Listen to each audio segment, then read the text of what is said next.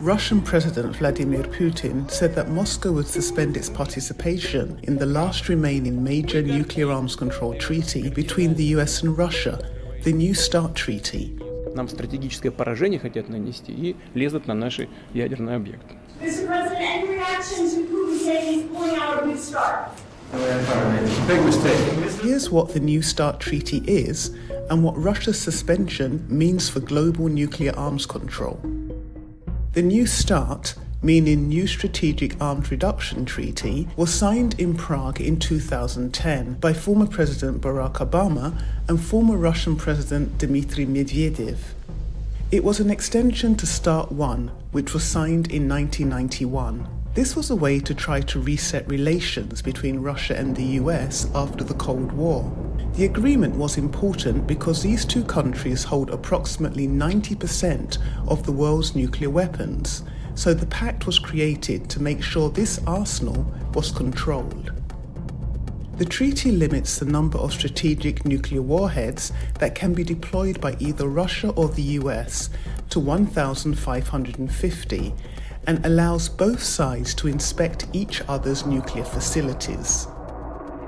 Vladimir Putin said it was time to suspend this deal because Russia feels the US has not abided by the agreement by not allowing Russian inspectors on US nuclear sites.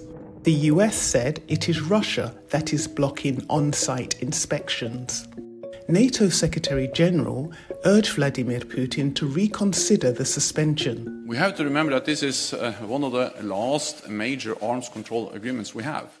The Foreign Ministry has said, following Mr. Putin's announcement, that Russia would continue to observe the limits on the number of nuclear warheads it can deploy under the treaty, and it also said that Russia would continue to notify the US when it plans to test launch intercontinental ballistic missiles and submarine-launched ballistic missiles. Не выходят из договора.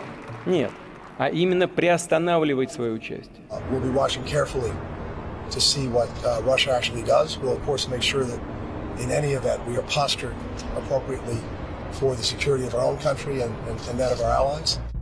This suspension means that the US will lose access to inspect some of Russia's nuclear facilities, and it's worrisome because what Russia is planning, whatever that is, it could become more shrouded in secrecy. But moreover, it calls into question whether or not this agreement to control nuclear weapons can actually last now. China, for example, has indicated that it wants to build a large nuclear arsenal. North Korea, as we know, has been testing intercontinental ballistic missiles. And there's also concern among Western officials that Iran might actually be close to making bomb-grade nuclear fuel.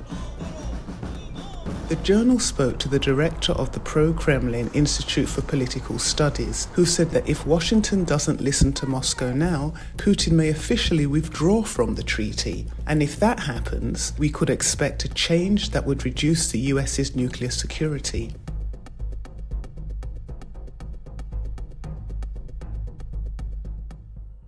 Tonight, CBS News has learned that the U.S. believes Russia will mark the one-year anniversary of the invasion of Ukraine with a barrage of missile and drone strikes. CBS's Charlie D'Agata was in Ukraine 1 year ago when Russia launched the largest ground invasion since World War II. And he reports tonight from Kyiv.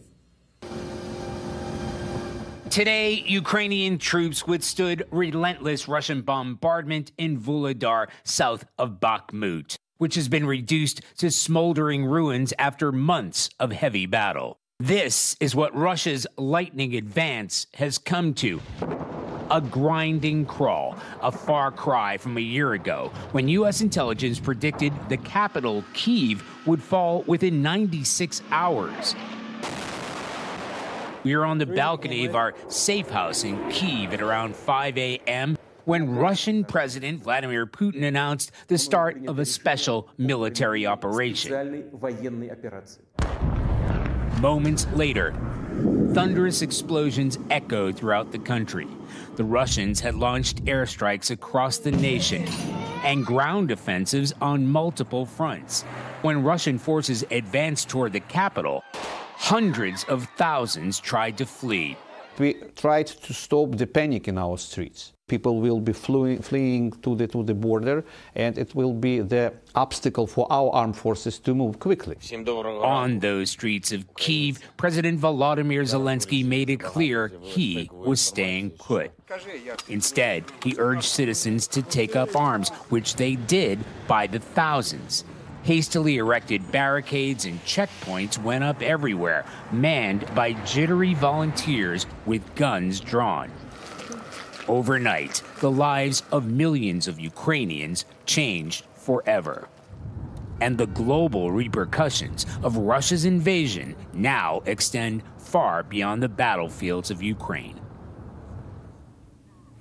Ukrainian President Volodymyr Zelensky expressed his gratitude to President Biden during his unannounced visit here this week for America's support and weapons. But Nora, frontline soldiers tell us they're running out of ammunition in the face of a new Russian offensive.